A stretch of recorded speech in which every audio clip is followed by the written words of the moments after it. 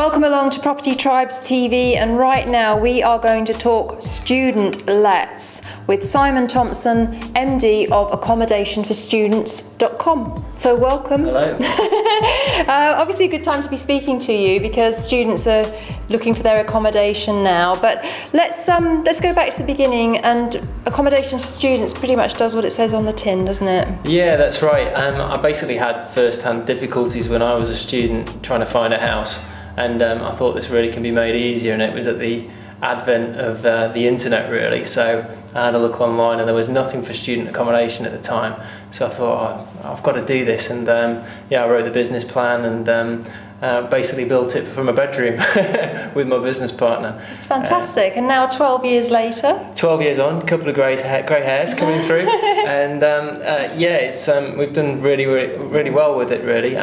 We've got now 1.6 million students that have used us now through the site, and a lot of landlords and agents that use us. But in the early days we started it and just ran it for free. It was more of a kind of a pet project than anything else, which just kind of grew from strength to strength. Fantastic. Now, over those 12 years, I would imagine you've seen the student accommodation landscape change quite dramatically. And, we talked earlier about the kind of young ones being that typical student. But in reality, I think students have higher standards now. They want really good accommodation, don't they? Most definitely, yeah. And when I first started the site back in 2000, there was 35 private halls in the UK. There's now over 400. Wow. So it's quite staggering the difference in the student accommodation market that's taken place. And your students as well, the student has actually changed as well. We've now got tuition fees of £9,000 a year. So going to university is a big decision and you really have to think about it. And what we're finding is there's demand for the top universities, really significant demand, because students want to ensure that if they're going to pay that kind of money, they're going to get a return on their investment and find a good job at the end of it. And they're probably looking for good quality accommodation. They obviously need the internet.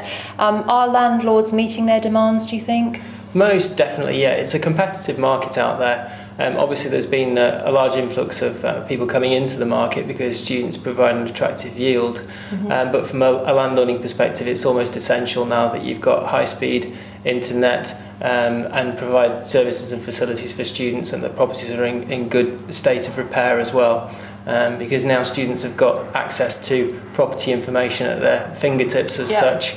And databases like ours enable students to find what they're looking for very quickly.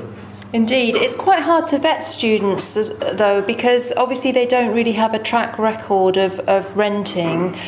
So what would you advise people who are thinking of taking on students as tenants? I think the most important thing is to meet with the students and to not just accept the first tenant that turns up on the doorstep as such. So it's really important that you meet with the potential tenants, that you have a good discussion with them, talk about their background, find out what they're studying, learn about their interests, etc.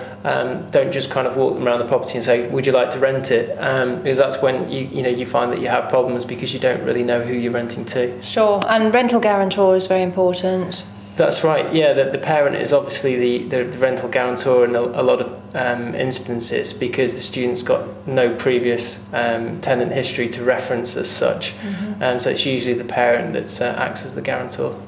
You mentioned that student lets typically have high yields, and that does make them attractive to landlords, but there's some talk that student numbers are down because of maybe the higher tuition fees, but also there are a lot of halls of residence coming on. Is there still cash flow to be made in student lets, do you think?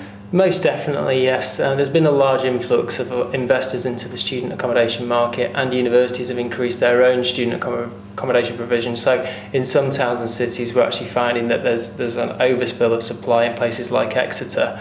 But generally speaking, if you've got a property that's in a good location, close to a university campus and local bus routes and within a student area, it's going to be attractive to tenants. So we're finding that it's the properties that are on the outskirts and the fringes that are tending to suffer. Oh, right, okay, brilliant. So what next for students, accommodationforstudent.com? You must be constantly developing the site. Yeah, we're constantly thinking of new things that we can do and new things that we can bring in. There's a few things we've got in the pipeline that I can't talk about at the moment, but we're always looking to add value to what we do, and to take on board the opinions of students, landlords and agents to see what they want, and see how we can facilitate that to make it faster and more effective for people to contact each other. Brilliant. Well, thank you very much for talking to us at Pleasure. Property Tribes TV, and hopefully you'd be willing to come on to this thread and answer any questions that people may have about your service, or about indeed in student lets as well. So Definitely. we encourage everybody to join in the conversation here. If you've got any questions for Simon, pop them on the thread below this video, and I'm sure he'd be happy to answer them. And thank you very much for joining us, and thank you for watching Property Tribes TV.